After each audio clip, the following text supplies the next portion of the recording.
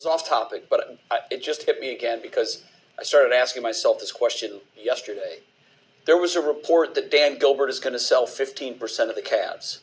Is that a byproduct of the changes that we've seen in the NBA? This is the first indication to me that is he cash strapped? No. When Mark Cuban got out the game, we should have all been looking around. No, like, exactly. Hold I on. know, but now Dan Gilbert.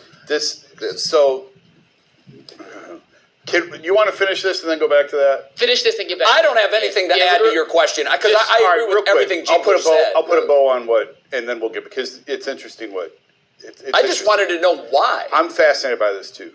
So in terms of the players, listen, I'm not going to tell you I know everything about Luke Travers. I don't know. They've put a lot of time to develop in these guys. Yeah. So you don't want to cut bait, because the whole point of two-way contracts is they're guys who need developed, and it takes time. And it gives you flexibility. So you're starting that clock over. If you cut one of these guys and bring in another one, now you're restarting that clock. Yeah.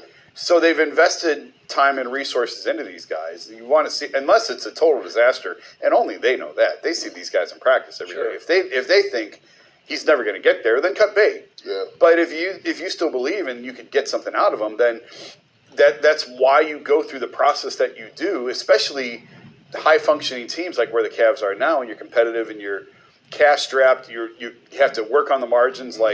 This is how it's supposed to work. You drafted Jalen Tyson, and then he fills the spot when you have to make a trade and you have to move on from a guy. It's almost like their minor league roster, like in baseball. A little bit, yeah. It's their developmental guys. Yeah, and we mentioned Merrill a couple times. Merrill bounced around a couple different teams. He's older. Yep. But he needed that extra time to develop to where he could contribute.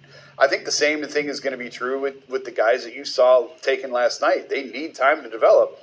So these are long-term plays. So all you're doing, can Luke Travers help this team this year? Man, I have no idea. Yeah, I don't know. I have no idea. Maybe in January, February, he can, if somebody gets hurt, he can come in and fill the role. But these are long-term plays, and you're really, if you can hit on one, that's a win, man. It's like the Dominican Academy that the Guardians have. They developed Jose Ramirez. Well, that paid for itself right there. You aren't kidding, forever. You got Jose out of that? Okay, it's worth it. No matter what else happens, it's worth it. If you can get one, you're thrilled with that. Sure. Now, on to the other thing. I'm fascinated by what's going on in the NBA, and I feel like I'm yelling into the clouds because, the Grusbeck family sold in Boston.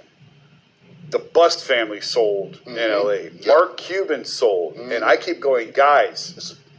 Mark Cuban knows what's going on. Is it just that the money is so good? And it could be. That may be all that it is. The money is so much right now, you have to bend down and pick it up. Yeah. And maybe that's all it is.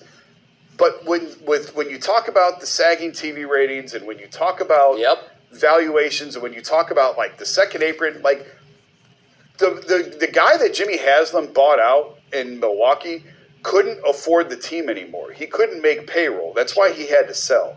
And I'm telling you right now, I said before, give it 2 or 3 years, Jimmy will have full control of the Bucks.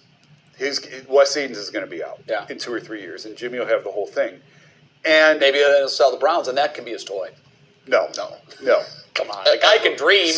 So with Dan, there's so much there, because there's the health issue. Sure. And his health is what it is. But by the way, we both talked about this at the awards in February.